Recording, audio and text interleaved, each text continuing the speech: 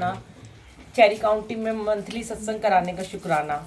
बहुत सारी संगत है यहाँ, बहुत टाइम से जुड़े हुए हैं, पर फिर भी आगे आने में थोड़ा सा हिचकिचाते हैं कि मैं सोचती हूँ इतनी संगत है, अगर मंथली सत्संग करें तो 12 महीने में किसी का नंबर आएगा नहीं। पर पता नहीं क्यों, शायद गुरुजी नहीं अभी उनके घर में आना चाहते हैं।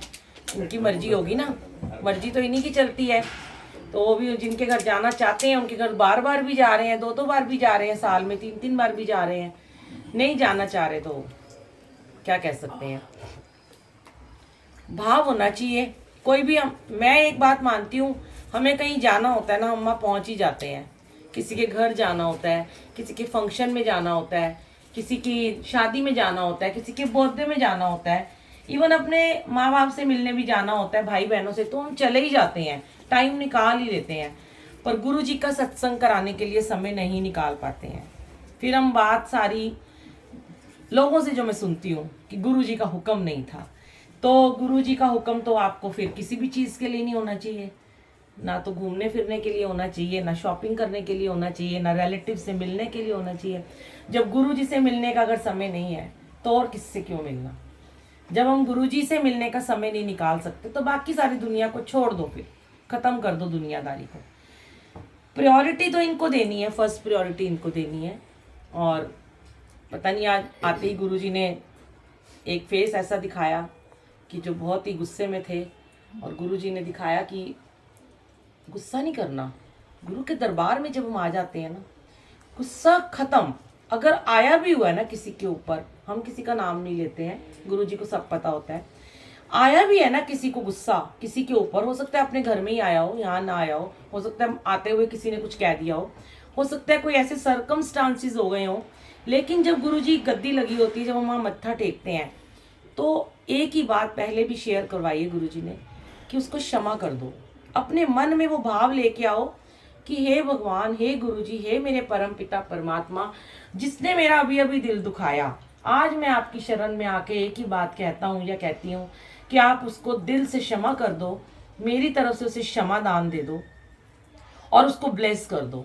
देखना आपका मन कितना शांत हो जाएगा, कितना सुकून से भर जाएगा। और जो आपका मन भटक रहा था, दिल नहीं लग रहा था, बार बार मन कर रहा था, होता है जब हमें कोई कुछ कहे था, जब हम गुरुजी से पूरी तरह कनेक्ट नहीं होते, हमने सरेंडर नहीं किया होता है ऐसा, कैसे जाऊं, बस अब पहले उसे जवाब दे के आऊं मैं, मुझे क्या कैसे दिया, उसकी मजाल कैसे है, अंदर उधेड़ बुन चलती रहेगी। जब तक उसको आंसर नहीं दे दूंगा ना, जब तक उसको खरी खोटी नहीं सुना दूंगी ना, तब तक तो मुझे चैन पड़ना नहीं है। चाहे कोई गुरु जी का सत्संग हो, चाहे चाय हो, चाहे जल हो, चाहे लंगर हो, मेरा मन नहीं लगना तो नहीं लगना, क्योंकि मुझे पहले उसको आंसर देना है। गुरु जी कहते हैं जब तुम चुप हो जाते हो तो मैं उसको आंसर देता हूँ, और गुरु जी देते हैं, आपको दिखाएंगे वो कैसे आंसर देते हैं वो। और वो खुद इंसान, मैं सच कहती हूँ, अगर आपने बिल्कुल तहे दिल से अपने गुरु के दरबार में बैठ के क्षमा कर दिया अपने प्रति स्पर्धा करने वाले को, अपने से जेलस करने वाले को, अपने से बदतमीजी करने वाले को, तो गुरु जी तुरंत उस इंसान से आपको माफ़ी मंगवाते हैं। मैं तो ये भी कहती हूँ, माफ़ी भी क्यों मंगवाएं हम किससे, हम कोई भगवान थोड़ी है कोई हमसे आके माफ़ी मांगेगा। जो कह देता है ना वो तो अपना खुश रहता है पूरा दिन। अभी मैंने एक सत्संग डाला था, तो कल एक आंटी का निकली सत्संग से बड़ा लंबा मैसेज आया। कहती है आंटी, छोटी छोटी बातें होती हैं जो बहुत छोटी होती हैं, हमारे लिए बड़ी माइनर होती हैं, लेकिन बहुत बड़ी बड़ी बन जाती हैं। 2 मैसेज आए हुए थे। एक मैसेज आया था एक आंटी का कि आंटी मेरे हस्बैंड की ना आज मेरे से ना लड़ाई हो गई थी सुबह, और बहुत लड़ाई हो गई थी, और मैं उन्हें फ़ोन पे फ़ोन कर रही थी और मेरा फ़ोन नहीं उठा रहे थे, बहुत ज़्यादा झगड़ा हो गया था, कह रहे थे मैं घर ही नहीं आऊँगा। कहती है अचानक से मैंने यूट्यूब पे आपका सत्संग सुना कि वो जो गुस्सा करके चला गया उसको तो भूल जाओ बात को, वो उसको वो वाला संकल्प मत दो, उसको वो वाली नेगेटिविटी मत भेजो कि वो गुस्से में गया है, उसको पॉजिटिविटी भेजो। कोई बात नहीं, वो मेरा पति है, वो वापस आएगा, मैं कहाँ जाएगा मेरे सिवाय, बात कर लेंगे वो मुझसे। लेकिन अगर नेगेटिव थॉट चल रहे हैं तो वो चला ही जाएगा, वापस नहीं आएगा फिर वो। तो आंटी कहती मैंने जैसे ही सत्संग सुना, मैंने अपने हस्बैंड को कॉल करना बंद कर दिया, और मैंने एक बड़ा प्यारा सा उनको मैसेज लिखा, आई एम वेरी सॉरी, आप जल्दी घर आ जाना, और तुरंत उनका कॉल आ गया। तो देखो सत्संग सुनाने वाले से तो सुनने वाला कितना ब्लेस होता है। हम तो 2 लाइनें सुना के चले जाते हैं, सुनने वाले को बात इतनी छोटी सी है। और दूसरी तरफ एक और क्या मैसेज आया था मैं आपको बताती हूँ। ये पलड़े हैं, गुरुजी ने तराजू बनाए हैं, एक ऊपर जाता है एक नीचे, एक ऊपर एक नीचे। एक और आंटी का मैसेज आया, वॉइस मैसेज आया था, कोई बड़ी भोली सी थी, मुझे लगता है ज़्यादा वो शायद पढ़ी लिखी नहीं होंगी। बड़ी कांपती आवाज़ में उन्होंने मुझे भेजा कि आंटी मैंने आपके बहुत सारे सत्संग सुने और मैं थोड़े दिनों सुन रही हूँ और मुझे ना आपसे बात करने का बहुत ज़्यादा मन कर रहा है, क्योंकि जैसे आपने सुनाया है ना सत्संग में, मैं मतलब मुझे ऐसे लग रहा है मुझे आपसे बात करनी चाहिए। मैंने कहा बोलो क्या हो गया। कहती कि ना मेरे हस्बैंड को ना 3 महीने हो गए हैं, वो मुझे छोड़ के चले गए हैं और मेरे 2 छोटे छोटे बच्चे हैं और वो कह रहे हैं कि मैं तेरे को तलाक दे दूँगा, मैं वापस ही नहीं आऊँगा तेरे पास। तो बहुत नेगेटिविटी है हमारे घर में और मेरी मम्मी के पास भी मैं नहीं रह सकती क्योंकि उनका घर बहुत छोटा है और हम रेंट के घर में रहते हैं। तो हम क्या करें बताओ, हम कुछ नहीं कर पा रहे हैं क्योंकि रेंट भी वो देते थे और मेरा कोई कमाई का साधन भी नहीं। बड़ी बहुत परेशान थी वो आंटी कि मैंने उनको पहले मैंने सोचा अभी एक मैसेज वो था जिसका पति एकदम से मान गया, दूसरा ये है जो कह रहा तलाक दे दूंगा।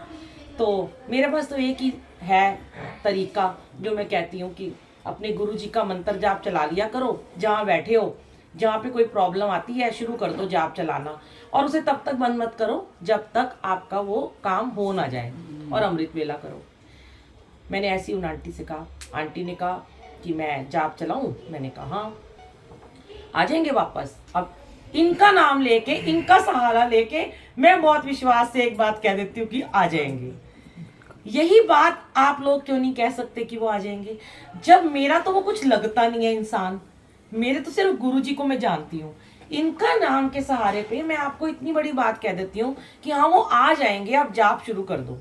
तो आपके मन में ये विश्वास क्यों नहीं जागता कि वो सच्ची में आ जाएंगे? फिर आपका मन डगमगाता रहता है, यूं डामाडोल होता रहता है। जब तक डामाडोल रहोगे संगत जी वो नहीं आएंगे। जिस दिन ये सोच लिया कि हाँ गुरुजी मैंने अपना जीवन आपको दे दिया, ये मेरे बच्चे आपके, ये घर आपका, रोटी देनी है दो, किराया देना है ना दो, सब आपके सुपुर्द है। हम तो बिल्कुल अनजान है, निकम्मे हैं, अनपढ़ है, हमें कुछ नहीं आता, हमारे जीवन की डोर आपके हाथ में है, जैसे चलाओगे वैसे चलेंगे। हम चाहते हैं, वो आंटी कहती है मैं चाहती हूँ मेरा पति मेरे साथ रहे, मेरे बच्चों को पूछे, लेकिन कई कई लड़कियां होती हैं वो चाहती ही नहीं है साथ रहना, तो गुरुजी उनके दिल की भी जरूर सुन लेते हैं। जो चाहती है साथ रहना उनको वापस भी मिल जाता है वो। तो कल उन्होंने जब मुझे सुबह बात की तो मैंने बोला आप अभी मंत्र जाप चलाओ। मैंने आपको पहले ही बताया मैं कभी किसी को कॉल बैक नहीं करती, ना ही मैं उसे मैसेज करती हूँ कि तुम्हारा क्या हुआ, क्योंकि मेरी सेवा बस उतनी होती है। पर कभी कभी हजारों में एक संगत को गुरुजी मुझसे दोबारा मैसेजेस करवा देते हैं, क्योंकि जब उसकी तड़प देखी ना आवाज में, वो इतनी परेशान थी, रो रही थी, तो मन किया कि रात को जब घर आई सत्संग से तो बहुत थकी हुई थी, सोने लगी थी, तो एकदम उन आंटी का ख्याल आ गया थॉट में। तो मैंने उन्हें मैसेज कर दिया, मैंने कहा आंटी आपने मंत्र जाप किया? मैंने ये नहीं पूछा क्या हुआ, आपके हस्बैंड आए नहीं आए, क्या बात हुई। मैंने कहा आपने मंत्र जाप शुरू किया? कहती आंटी जब से आपने बोला मेरे घर में तब से मंत्र जाप चल रहा है, बंद ही नहीं हुआ। मैंने कहा जल रखा? कहती हाँ मैंने जल भी रखा। मैंने कहा हमको कैसा लग रहा है ये बताओ, हस्बैंड आए नहीं आए वो बात अलग है, आपको कैसा लग रहा है? कह रही जो मैं 3 महीने से रोती रहती थी, इतनी मैं परेशान थी ना, आज मैं पहली बार मुस्कुराई हूँ अपने बच्चों के साथ। ये कितनी बड़ी ब्लेसिंग है कि जो रो रही है, जो उसका इंतजार कर, जिसने आना है वो तो गुरुजी उसे भेजेंगे या नहीं भेजेंगे उन्होंने डिसाइड करना है, पर एटलीस्ट उस मंत्र जाप के जरिए आपके चेहरे पे वो खुशी तो आ गई ना, वो हंसी तो आ गई ना। वो जो बच्चे रोज अपनी माँ को रोते हुए देख रहे हैं, वो नेगेटिविटी वाला खाना खा रहे हैं, वो नेगेटिविटी से बना रही है, रोते हुए भोजन बना रही है, बच्चे नेगेटिव हो रहे हैं, पढ़ाई में मन नहीं लग रहा, आज अपनी माँ को खुश देख के वो कितने खुश थे। मेरे तो उस समय आंखों में एकदम आंसू आ गए। मैंने कहा शुक्राना गुरुजी, शुक्राना, कैसी कैसी सेवा ले लेते हो, कई बार घर बैठे ही सेवा ले लेते हो, कहीं जाना ही नहीं पड़ता। और क्योंकि जब वो आंटी मुस्कुराई तो फिर मेरे चेहरे पे भी नेचुरल सी मुस्कान आ गई। मैंने कहा आंटी बस मंत्र जाप करते रहो और गुरुजी को ये अरदास करो कि जो मेरे लिए अच्छा होगा वो करना। हो सकता है वो इंसान ही आपके लिए अच्छा नहीं था, वो जीवन में आया था, कर्म कटवाने आया था, हमारे साथ रहा, हमारे उसने कर्मस कटवाए, वो जरूरी थे प्रारब्ध के, अब वो हमारे जीवन से चला गया। हो सकता है कोई और ब्लेसिंग आनी हो और हो सकता है वही वापस आना हो, इन पे छोड़ दो। कहती है आंटी बस अब मैं कुछ नहीं कहूंगी, उस बंदे को फोन नहीं करूंगी, उसका मैसेज आया, जो सुबह आवाज थी और जो शाम को आवाज थी, जमीन आसमान का अंतर था।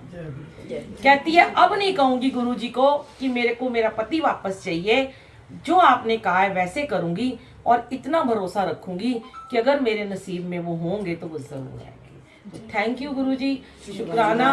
इतनी छोटी छोटी मेरे को ऐसे लगता है, लोगों को लगता है कि छोटी छोटी बातें, छोटी छोटी सेवा है, लेकिन संगत जी जिसके ऊपर बीतती है ना उसी को पता चलता है कि किसी का पति अगर 2 घंटे के लिए भी कह के चला जाए कि मैं आऊंगा ही नहीं आज घर में, तो वो औरत चाहे मारता भी होगा ना, दारू भी पीता होगा, रोज उसे मारता होगा, पर वो अपने साईं का इंतजार जरूर करती है, क्योंकि उसके बच्चों का पिता होता है वो। और ऐसे ही अगर वो विश्वास रखें, तो मैंने बहुत सारे ऐसे लोगों से बातें करती हूँ, रोज लड़कियों के इतने मैसेजेस आते हैं, कईयों के वापस आ गए हैं, कईयों के डिवोर्स ही रुक गए हैं, कईयों के डिवोर्स हो गए हैं, कई डिवोर्स करके अब कहती हैं हम बड़े खुश हैं, अब हम बाहर जा रहे हैं, दुबई जा रहे हैं, यहाँ जा रहे हैं, वहाँ जा रहे हैं। तो उनकी जर्नी, उनकी डेस्टिनी गुरुजी ने लिखी है, तो सब कुछ इन पे भरोसा करना शुरू कर दो और सब प्रॉब्लम्स को खत्म हो जाएंगी आपकी।